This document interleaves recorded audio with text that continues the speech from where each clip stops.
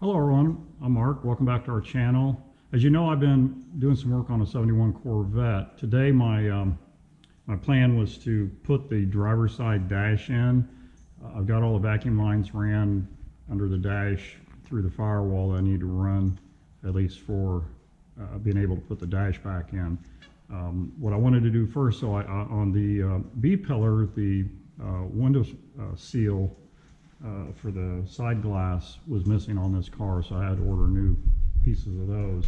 And what I did is, I've already done the passenger side, but this is a piece that goes on the driver's side.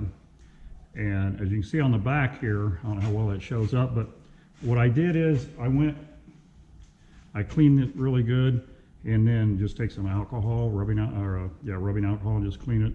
And then I use this, it's a 3M primer. And it's really important to use this. The last that I did, I had to do the door weather stripping around the door itself, and I put it on there without this. I just used adhesive, and it didn't stick really well. So I had to go back and redo it and put this on, and then it stuck really, really good. So I put a coat of this on. You just brush it on with a little brush. It's pretty runny. It dries really fast. And then after it's dry, then you go over it with, I use 3M. I like 3M products. It's just a black weather strip adhesive. And you just put a coat on there, and you do the same thing to the car. I'll show you here very easily. But you do the same thing to the car, and you can see, hang on a second. There you go. I've got the primer on there, and then I put a layer of the adhesive. And there's a hole here and a hole here right in the surface. They put screws through the rubber to help hold it on there, and then there's a hole down at the bottom down here. This hole, it's pretty easy to find, but these two holes, once you get the rubber on there, it's hard to tell where it is. So I took a piece of masking tape, stuck on there, and then I put a little line on the masking tape right where the hole should be. So I'll take, I've got a little awl here, and I'll just take and poke it through the rubber right there and mark it so I know where to put my screws in. So give me just a second and we'll get that mounted on there. I'm letting the glue dry just a little bit longer. As soon as it's dry, we'll put it on there. Okay, so we're going to go ahead and stick it on there now. What I do is I try to get this bottom hole in first, because I got the screws in the rubber, and I can get it started in the bottom hole to kind of find it. And then I get the top tucked in and get it lined up where you want it, and then push it down in place. Okay, and that alone will hold that plenty good enough. You can let it set up and dry, and it'll be stuck. But I just want to be sure it's going to stay on there, so I want to go ahead and put these screws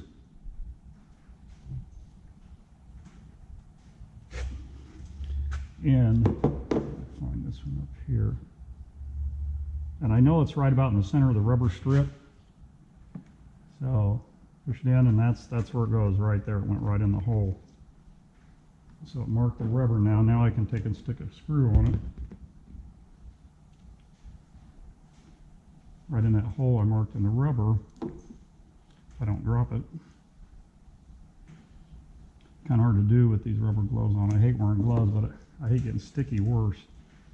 So just make sure you're not on that flat. You screw it right in until it tightens down against the rubber good. And you don't want to get crazy and squish it too much. Okay, you see how easy that went in, and then you come down and do the same thing with this one here. Line it up with the mark you put on there, hopefully. Right there. You might have to wiggle the awl around a little bit to hit your hole, but when you get it close, it'll go in.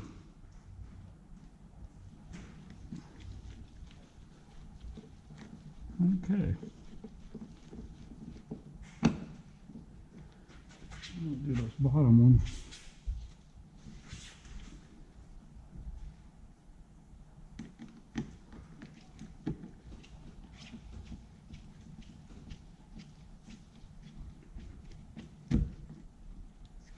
And there you go. And that's on there. Now, if you ever have to take it off, it's going to be a chore getting off there, because that, with that primer and that adhesive, they work together really well and it really sticks good. So that takes care of that. Okay, let me get set up on the dash and then we'll start doing the dash. Okay, so the first thing I want to do is make sure I have a good ground. I disconnected the ground wire from the A-pillar over here on the driver's side. It's just this wire here. And I took some sandpaper and I sanded down, got all the rust and paint and stuff off of it.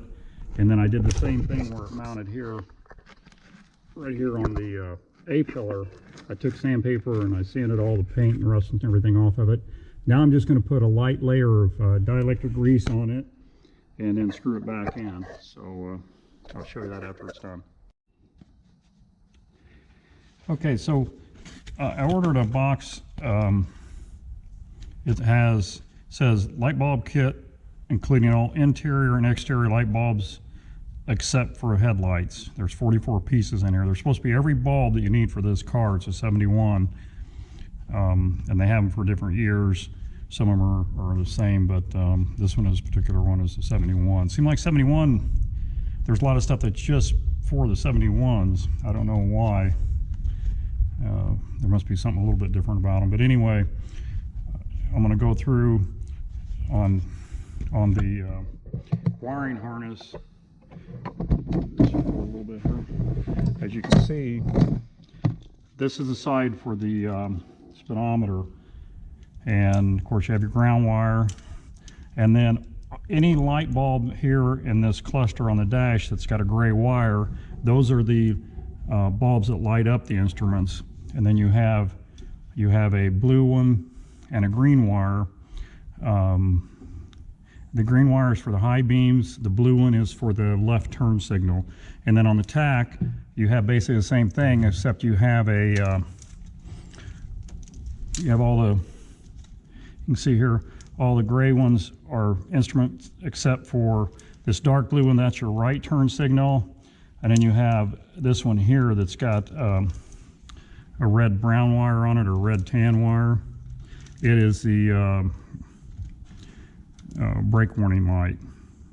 And you can see the bulbs broke out in it. So anyway, I'm going to go ahead and put all new bulbs in here. I'm going to put a little bit of dielectric grease on them just to kind of keep them from corroding or anything. This is the dielectric grease I use. It's made by Permatex. You can buy them in smaller tubes. You can even buy them in little things that look like a ketchup packet if you only need to do a little bit. But anytime you're doing electrical connections like this, especially on a Corvette, you want to coat them with this so they don't corrode and lose contact. So I'm going to go ahead and pull all these bulbs out and switch them around. I'm not going to show that on video. It's pretty boring, but it basically just you push them and give them just a little bit of a twist, and that locks them in place. So I'm going to go ahead and get that done, and then I'll get back to you. The one thing I did want to show you, this is how they come in that box. And the last time I bought these, it had a sheet in there telling you, it has a number here for each set of bulbs, and it would tell you where that particular bulb went. This one didn't have that sheet in the box, but they're pretty well self-explanatory, and you can match them up to your old bulbs as you take them out. But these here, you can see there's a bunch of those. Those are for the instrument lights and the bright beam light and the turn signals and all that. It's got another one here. I think that was for a dome light. I'm not sure which. This particular car doesn't come with a dome light. It has a light in the back in the storage area, and then one on each side of the kick panels in the front. There's another light by itself. I'm not sure where that one goes. Those two look the same.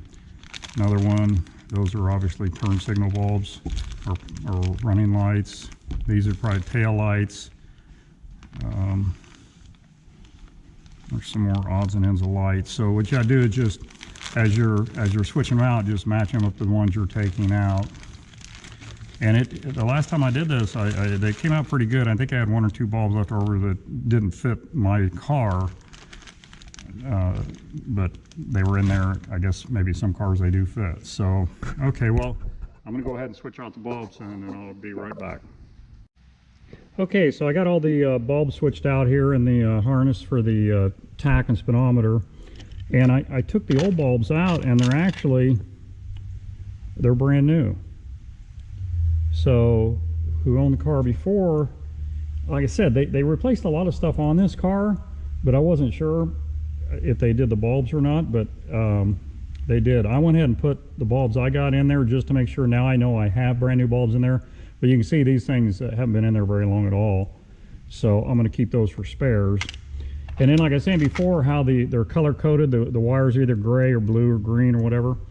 If you look at the back of the gauges, it's actually stamped where each one goes.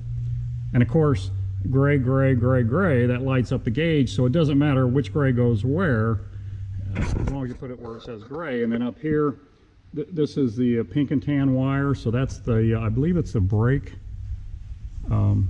wire. And then down here is the dark blue, and that'll be your right turn signal.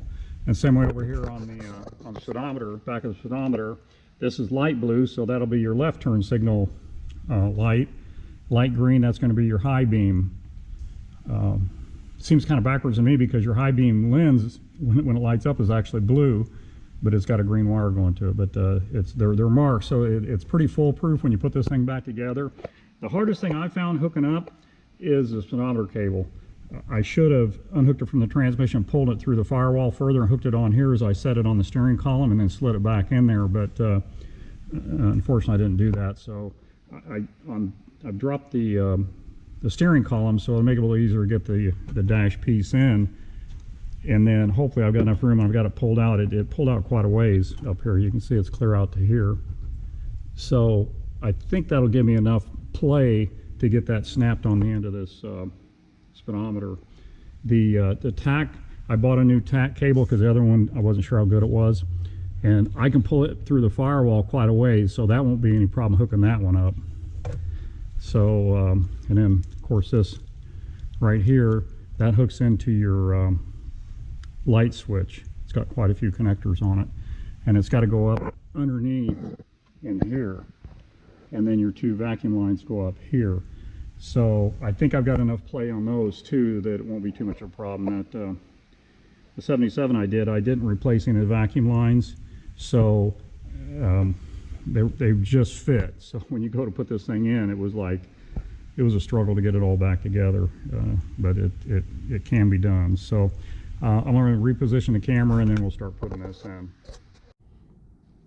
Another thing I did too is these cars came with it's a mechanical oil pressure gauge, so it's not electronic. It works off the actual oil from the engine. It hooks to the right behind the intake, and it's a hollow tube that fills with oil, and it's pressurized from the oil pump in the engine, and it connects to the back of the gauge, and it causes the gauge to go up as the oil pressure goes up, and that's how it works. The problem is this is just a plastic tube, and if it gets kinked or a little brittle with age and stuff, I mean, it could blow out. So what I did, I went and bought this aftermarket. It's a copper tubing that you put in place of the plastic, hook it to the right behind the intake on the engine. I don't know if you can see it down in there. It goes way down in there. Kind of hard to see, but anyway, there's just a little brass fitting there, and then it hooks to the back of your gauge inside. So it's a lot more reliable. They don't fail quite as easily as what the plastic tube can fail. I mean, the plastic tubes hold up, that's the way they make them, but I just don't trust it. If that would happen to crack inside your car, it's going to pump oil all inside your car until you get it shut off. So I just soon put the copper in, and hopefully I don't have to worry about it anymore then. So let's get this set up here. And I can't really see where this is pointed, so I'm hoping it's pointed where it needs to be pointed. If not, I might be making this whole video for nothing. So just bear with me here.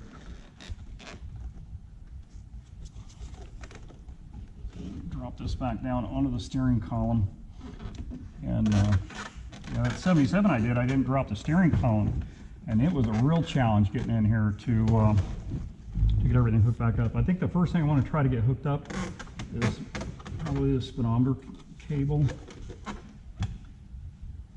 don't know. Maybe I better do the lights first. I'm going to have to move the camera, I think, or I'm going to block it again. I hate blocking the camera. I did that on the one video I was doing my trim, and it really made for a bad video. see if I can get these vacuum lines up here.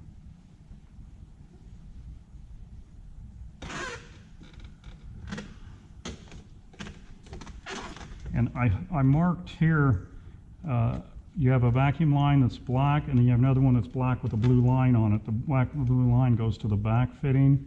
The solid black one goes to the front one, so I just took a blue Sharpie and marked it so I wouldn't get confused here. Let's see. Get that up on the pedal. I got my foot on it, that's why it won't move. So I hook that in like that.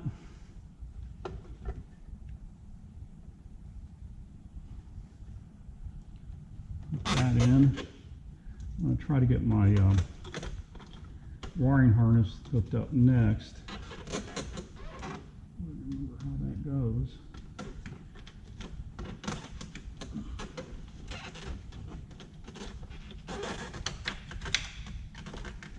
Seems like there's a lot of play in these wires until you get ready to hook them up, and then all of a sudden they're short.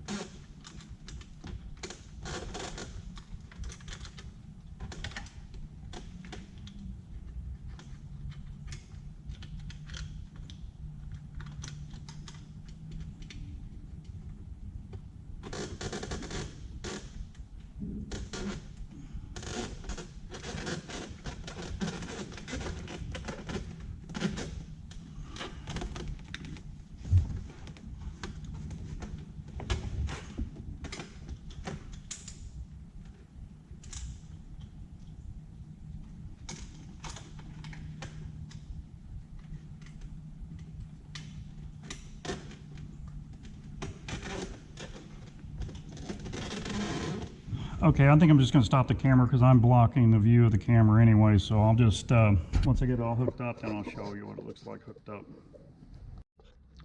Okay, I got the dash all back in it, and all bolted back in place. Got the controls down there for the, this one on this side does the wiper door, this one over here does the headlight doors, and this is an override switch for the wipers themselves. So you got that all in. Everything back in. I got the cover underneath here. Everything's hooked up, all the ducting's in.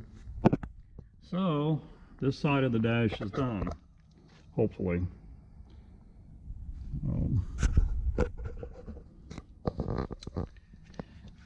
I've been kind of skipping over some of this stuff because it's a pain in the rear to get this dash back in there. All them wires, you don't have much room to work, trying to get everything hooked up. Make sure you don't unplug something while you're plugging something else in, because those little lights just snap in and they pop out really easy. I had one of the turn signal lights popped out on me for the left turn signal. After I got everything hooked up to the dash, before I put it in place, I connected the battery, made sure all my dash lights worked, made sure my turn signals worked, the high beam, all that kind of stuff. So everything seemed to work. I'm going to hook the battery up to it right now and just make sure it's still working now that I've got it all bolted in place. On the last car, I got all bolted in, one bulb came out, but I was able to reach it from underneath without having to take the dash back out. So I'm hoping to be the same way on this one. But anyway, that's it for this video. It's kind of short. Sorry I didn't show more, but for me, I'm having a hard time figuring out how to get my camera in here where you can see what's going on and I can still work. I find myself getting in between the camera and what I'm doing, and all you're seeing is my back. So I did buy some other camera mounts, or kind of like flexible mount, that so I can clamp it like to the steering wheel or to the dash or something like that. and I've even got one that suction cups to the windshield. So I think what I'm going to do is before I do the center part of the dash here, I will try to get something rigged up so maybe I can videotape more of what I'm doing. But anyway, that's it for now, and appreciate you watching. If you like what we're doing here, just hit the like and subscribe, and share them with a friend, and have a great day. We'll see you on the next video.